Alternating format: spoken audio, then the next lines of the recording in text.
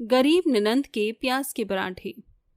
रात का समय होता है और बहुत तेज बारिश हो रही होती है, जिसमें आशा नाम की एक औरत अपने हाथ में एक बच्चा लिए हुए अपने मायके में आती है और घर का दरवाजा खटखटाने लगती है। दरवाजा खोलो भैया, दरवाजा खोलो, आज मुझे आपकी जरूरत है, दरवाजा खोलो भैया। जैसे ही आशा दरवाजा खोलती है, उसके सामने उसकी सबसे बड़ी भाभी सरला खड़ी होती है। आशा जी, इतनी रात गई आप हमारे दरवाजे पर क्या कर रही हो? क्या हुआ? पहले मुझे अंदर आने दीजिए भाभी, उसके बाद मैं आपको बताती हूँ कि क्या हुआ है। आशा घर के अंदर आती है, जिसके बाद उसकी तीनों भाभी और तीनों भाई सामने आते हैं। बहन, तुम्हारे शरीर पर ये जख्मों के निशान और तुम्हारी ये हालत देखकर मुझे कुछ समझ नहीं आ रहा। हमें सब कुछ सच सच बताओ, ये सब तुम्हारे पति ने किया है ना? ये सुनते ही आशा जोर जोर से रोने लगती है और अपने पति के करतूतों के बारे में अपने भाई और अपनी तीनों भाभियों को बताती है। तुम्हें जरा भी परेशान होने की कोई जरूरत नहीं है बहन, ये घर जितना हमारा है उतना तुम्हारा भी है। आज से तुम इसी घर में रहोगी और तुम्हें वापस जाने की कोई जरूरत नहीं है। तीनों भाई अपनी बहन को गले से लगा लेते हैं, जिसके बाद आशा एक कमरे में जाती है और वहां जाकर अपने बच्चों के साथ सो जाती है। ऐसे ही धीरे धीरे कुछ दिन बीत जाते हैं, लेकिन अब आशा की भाभियों को वो बोझ लगने लगती है, जिसके चलते एक दिन वो तीनों आपस में बातें कर रही होती हैं। अरे देखो तो सही, इसको, ये तो हमारे घर पर कब्जा ही करने आ गई। मुझे तो लगता है ये इसकी कोई चाल है। हाँ हाँ, मुझे भी ऐसा ही लगता है। इसका मतलब ये हमारे पतियों की प्रॉपर्टी में से बंटवारा करना चाहती है। अरे ऐसा मैं बिल्कुल नहीं होने दूंगी। इस घर में एक एक रुपया हमारे तीनों पतियों ने मिलकर लगाया है। ऊपर से इस मनहूस को इसकी शादी में इतना कुछ जो दिया था वो भी गया। अब इसका यहाँ कोई हिस्सा नहीं है। हमें इसको इस घर से किसी भी तरह निकालना ही होगा, वरना जैसे एक दीमक धीरे धीरे घर को खाता है, ये हमारे बच्चों का हिस्सा खा जाएगी। उस दिन के बाद से वो तीनों बेचारी आशा के ऊपर बहुत अत्याचार करने लगती हैं। अपने पतियों के जाते ही वो तीनों घर के सारे काम अपनी गरीब ननद से करवाना शुरू कर देती हैं। एक दिन आशा की बेटी दूध के लिए बहुत जोरों से रो रही होती है। अले ले ले ले ले, प्यारी सी परी को भूख लगी है, माँ आ गई है। मेरी प्यारी बेटी, अब रोने की जरूरत नहीं है, माँ अपनी बेटी को पेट भर कर दूध पिलाएगी। ऐसा कहकर आशा अपनी बेटी को दूध पिलाना शुरू कर देती है, जिससे उसकी बेटी शांत हो जाती है। तभी वहाँ सरला आती है और आशा को दूध पिलाते हुए देख गुस्से से उससे कहती है, अरे तू यहाँ बैठी है? तुझे पता है ना अभी तक हम तीनों ने नाश्ता भी नहीं किया। क्या तुझे हमारे नाश्ते की जरा भी परवाह नहीं है? इस घर में जब से आई है मुफ्त की ही तोड़ती है। कोई काम बताओ तो फौरन अपनी बेटी का बहाना लेकर बैठ जाती है। भाभी ऐसी बात नहीं है, मेरी बिटिया बहुत जोरों से रो रही थी, उसे बहुत तेज भूख लगी थी, इसलिए मैं उसे दूध पिलाने के लिए आ गई। अरे बस कर बस, ज्यादा बहाने बनाने की जरूरत नहीं है, मैं सब समझती हूँ। अब जल्दी से इसे छोड़ और जाकर हमारे लिए नाश्ता बना, इससे ज्यादा भूखे हम हैं। सरला की बात मानकर वो अपनी बेटी को आधा अधूरा दूध पिलाती है और उसे वहीं सुला देती है, जिसके बाद बेचारी आशा रसोई में आकर अपनी तीनों भाभियों के लिए नाश्ता बनाती है और उन्हें परोस देती है। कुछ देर बाद जब बेचारी आशा घर के सारे काम करके अपनी बेटी के पास जा रही होती है, तभी रूपाली उसके पास आती है और कहती है, अरे कहाँ कहाँ जा रही हो? पहले घर की सारी काम तो करो, उसके बाद अपने कमरे में जाना। देखो ये सारे कपड़े बहुत ज्यादा गंदे हैं, जिन्हें पहले धो लो, उसके बाद अपनी बेटी के पास जाना। लेकिन मैंने सारा काम कर दिया है, ये कपड़े आप लोग खुद भी तो धो सकते हैं। सारे घर के काम क्या मैं अकेले ही करूंगी? मैं अपनी बेटी के पास जा रही हूँ। आशा का जवाब सुनते ही रूपाली को बहुत तेज गुस्सा आता है और रूपाली उसके बाल पकड़कर कहती है, अरे तेरी ये हिम्मत कैसे हुई मुझसे जुबान चुराने की? एक तो इस गंदी औलाद को इस घर के अंदर ले आई और जब देखो इसी की सेवा पानी में लगी रहती है। ये घर हवा पानी से नहीं चलता, इसमें काम भी करने पड़ेंगे और तुझे यहाँ मुफ्त की रोटी खिलाने के लिए मेरा पति दिन रात मेहनत नहीं किया करेगा, वो हमारे लिए करते हैं, समझी या नहीं? अब जाकर सारे कपड़े धो, वरना मुझसे बुरा कोई नहीं होगा। बेचारी आशा रोते हुए सारे कपड़े ले जाती है और उन्हें धोने लगती है। एक तरफ से कपड़े धो रही होती है तो दूसरी तरफ उसकी बेटी कमरे में अकेली पड़ी हुई रो रही होती है। बिना काम किए वो जा नहीं सकती थी, इसीलिए वो सबसे पहले सारे कपड़े जल्दी जल्दी धोती है और उसके बाद अपनी बेटी के पास जाती है।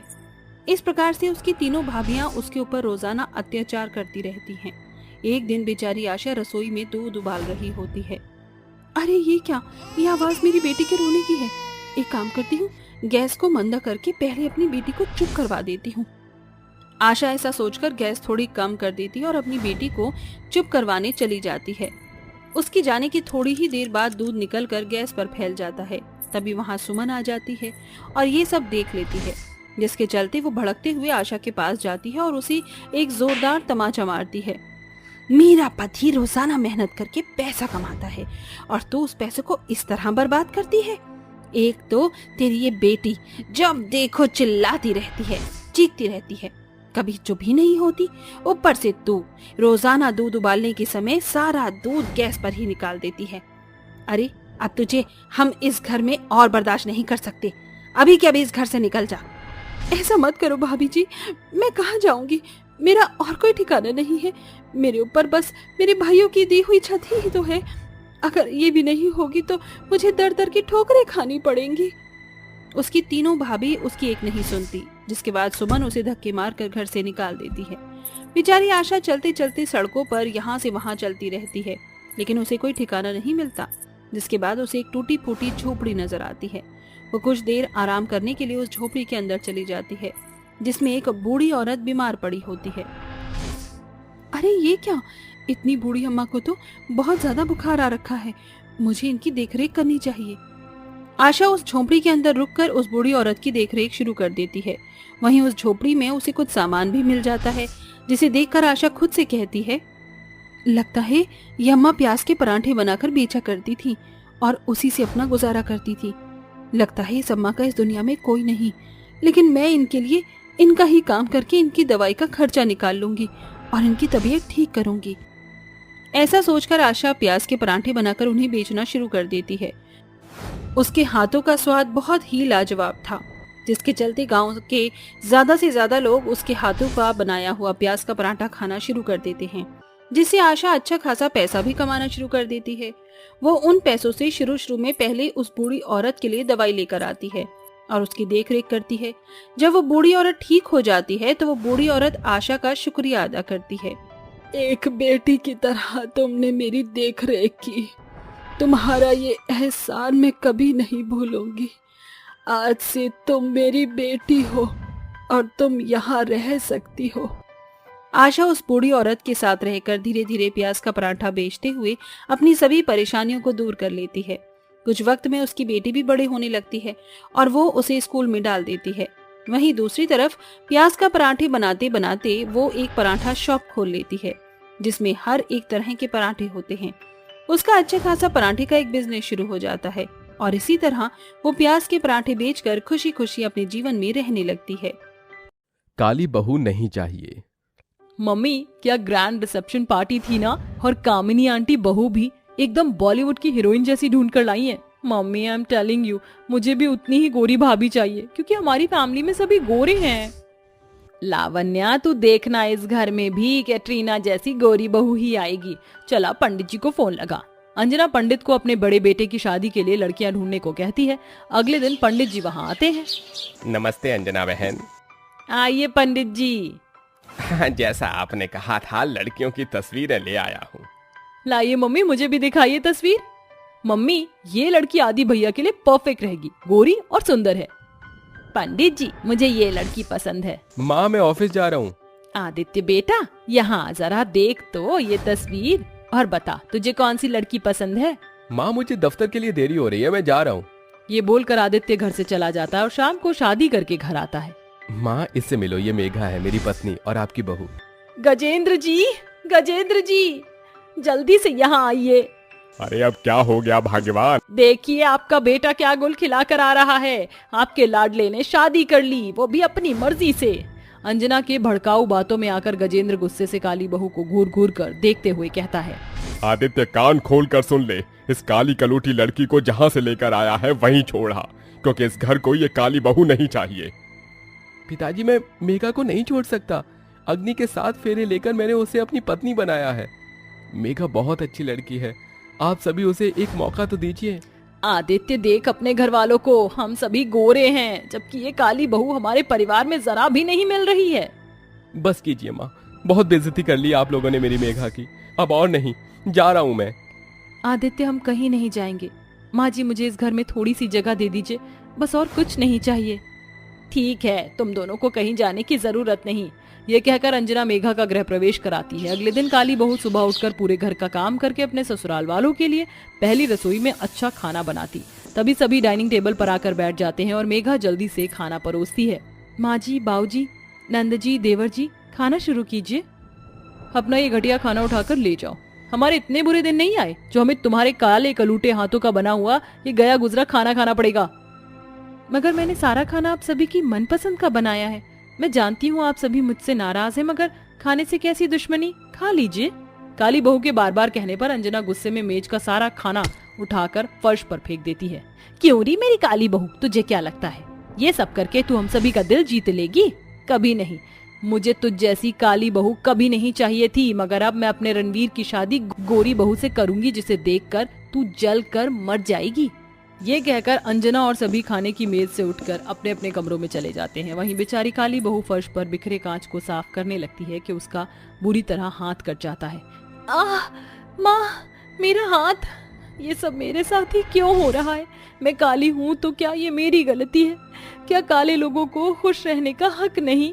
ऐसा कहकर काली बहू फूट फूट कर रोने लगती है। कुछ ही दिनों में अंजना अपने छोटे बेटे रणवीर की शादी रूबी से करके उसे घर ले आती है।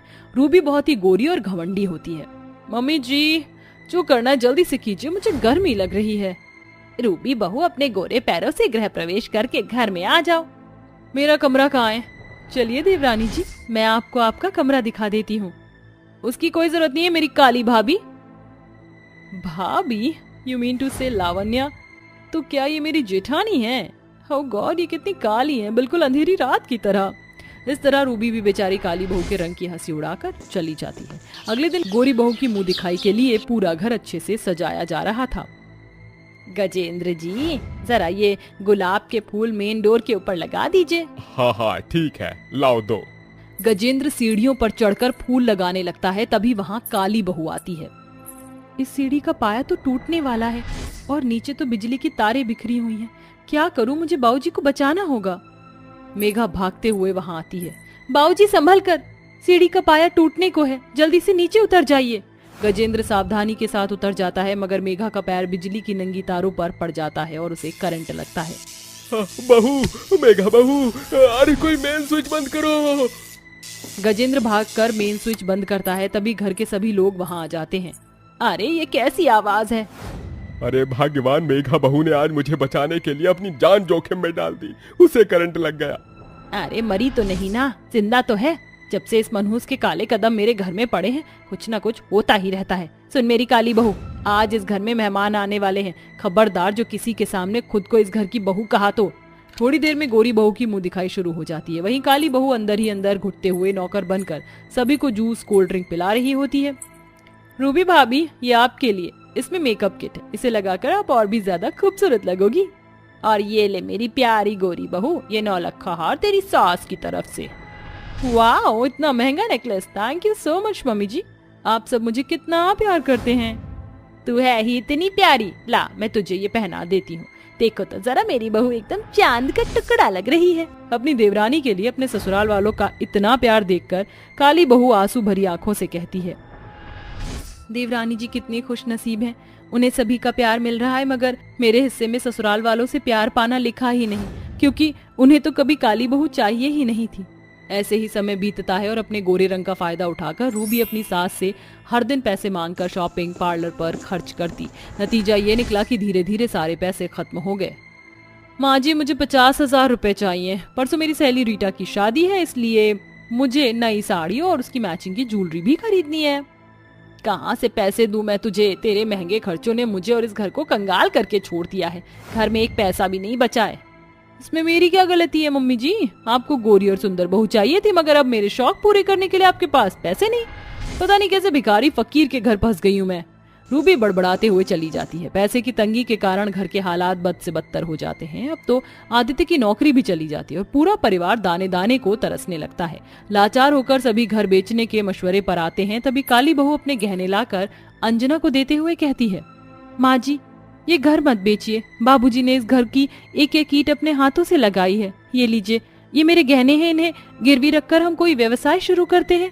अंजना को अपनी काली बहू का दिया सुझाव बिल्कुल ठीक लगता है, जिसके बाद आदित्य काम शुरू करता है और हालत धीरे धीरे संभलना शुरू हो जाती है। मगर इन सबके बीच सभी की आंख खुल जाती है और सभी अपनी करनी पर पछताते हुए काली बहू से माफी मांगते हैं। मेघा बहू, हो सके तो मुझे माफ कर देना। तेरा काला रंग देखकर हम सभी ने तुझे ठुकरा दिया। जिस बहू के हर शौक पूरे करने के पीछे मैं अपना सब कुछ हार गई, वो हमारे बुरे हालातों में हमारी गरीबी और हंसती रही। मैं हमेशा कहती रही ना कि मुझे काली बहू नहीं चाहिए, मगर बस अब मुझे मेरी काली बहू ही चाहिए, क्योंकि वो हीरा है। हाँ मेघा भाभी, अपनी इस ननद को भी माफ कर देना और थैंक यू सो मच हम सभी का इतना ख्याल रखने के लिए। जिस अपनेपन और खुशियों के लिए काली बहू हमेशा तरसती रही, आखिर में भगवान ने उन खुशियों से मेघा का खाली दामन भर दिया। वहीं रूबी को भी अपनी गलती का एहसास हो गया। बचपन से ही हर्षिता की हाइट बाकी बच्चों की तुलना में बहुत ही छोटी थी, इसलिए सुबह शाम हर्षिता को बौनी होने के ताने सुनने पड़ते थे। मगर लावण्या हर्षिता की पक्की सहेली थी। हर्षिता चलना, खेलने चलते हैं। नहीं लावण्या, मेरा मन नहीं है। तू तो जानती है, घर से बाहर निकलने के बाद लोग मुझे बोनी कहकर मेरी हंसी उड़ाते हैं। तू ऐसे लल्लू पंजू लोगों से डर रही है? तू चल, तुझे मेरी दोस्ती की कसम। थोड़ी देर में दोनों सहेलियां खेल के मैदान में आ जाती हैं, जहां खेल रहे बच्चे हर्षिता को देखकर कहते हैं, देख देख खुशी, ये लावण्या आज फिर अपनी बौनी सहेली को यहाँ लेकर आई है। बौनीकत का मजाक बनता देखकर हर्षिता की आंखों में आंसू भर आते हैं, जिसे देखकर लावण्या सोनू पर भड़कते हुए कहती है, अबे और डबल बैटरी सिंगल पावर, बोनी किसे बोला? अगर दोबारा से तुमने मेरी सहेली को बोनी बुलाया ना, तो एक एक की बत्ती सी तोड़ दूंगी। बोनी बोनी बोनी। अरे रे छोटा चेतन, तेरे माँ बाप ने तुझे कॉम्प्लेक्स नहीं पिलाया क्या? खुशी की बच्ची, तू चुप होती है कि नहीं?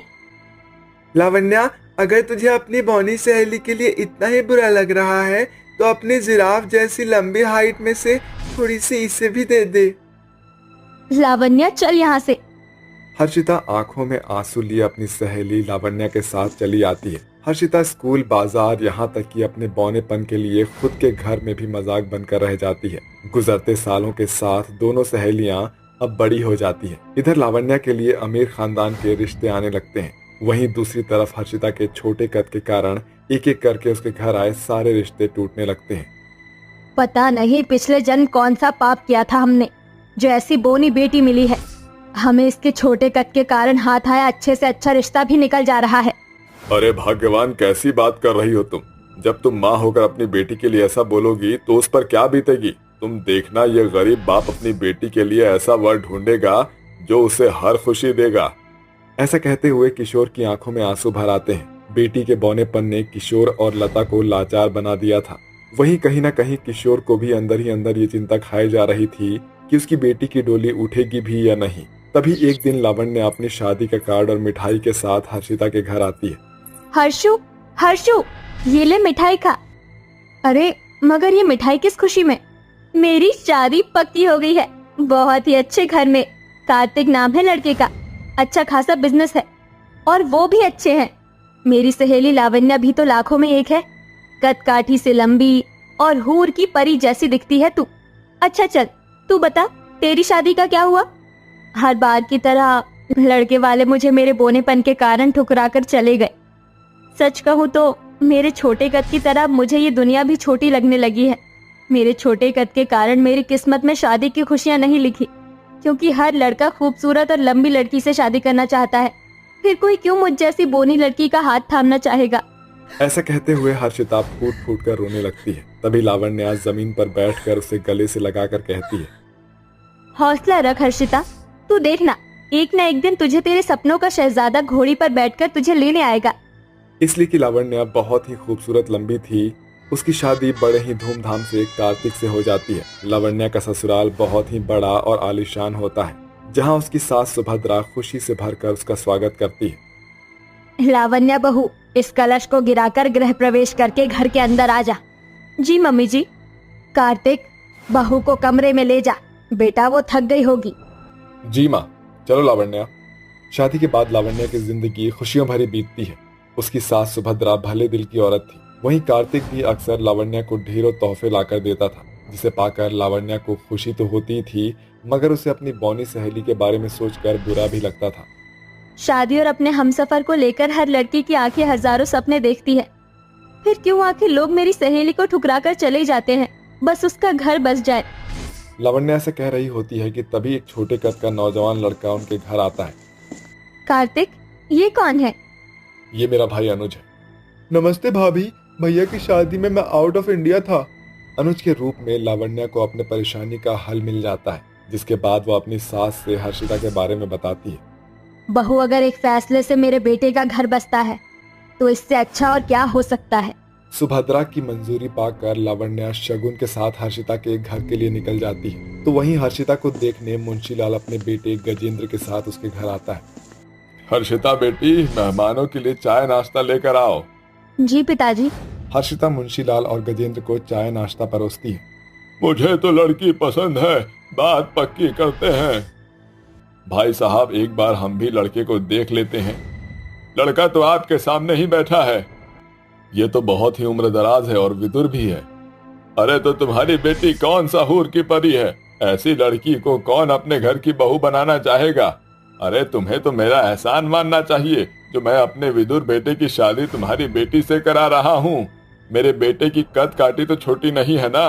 मुझे तुम्हारी 3 फुटिया बेटी पर तरस खाना ही नहीं चाहिए था। अपने बौने कद के लिए मुंशीलाल के तीखे ताने सुनकर हर्षिता अंदर ही अंदर कुढ़ने लगती है। तभी अचानक लावण्या हाथों में शगुन की थाली लिए उनके घर आती है और गुस्से में मुंशीलाल को झड़पते हुए कहती है, अभी के अभी निकलो इस घर से। तुम्हारी हिम्मत कैसे हुई मेरी सहेली को इतना सब कहने की? हाँ, जा रहा हूँ।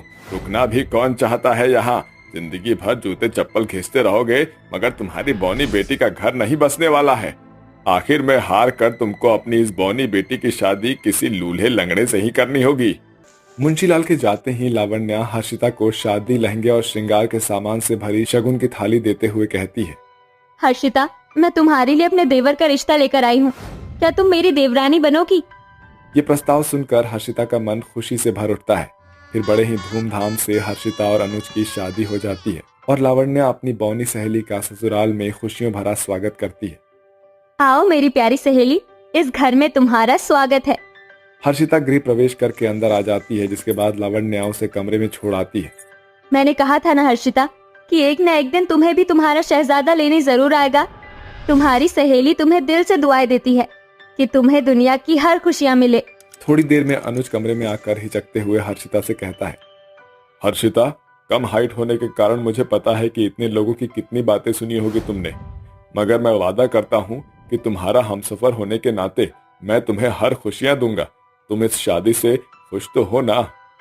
हाँ अनुज जी, मैं खुश हूँ। मुझे आप जैसा पति और इतना प्यारा ससुराल मिला है, अब मुझे और क्या चाहिए। इसके बाद अपने ससुराल के पहले दिन में बौनी बहू अपने ससुराल वालों को स्वादिष्ट खाना बनाकर खिलाती है और सभी का दिल जीत लेती है और दोनों सहेलियां एक साथ खुशी खुशी रहने लगती हैं। मगर कहते हैं ना कि जोड़ियां तो ऊपर वाला बनाता है, फिर उसके लिखे पर कहाँ किसी का बस चलता है।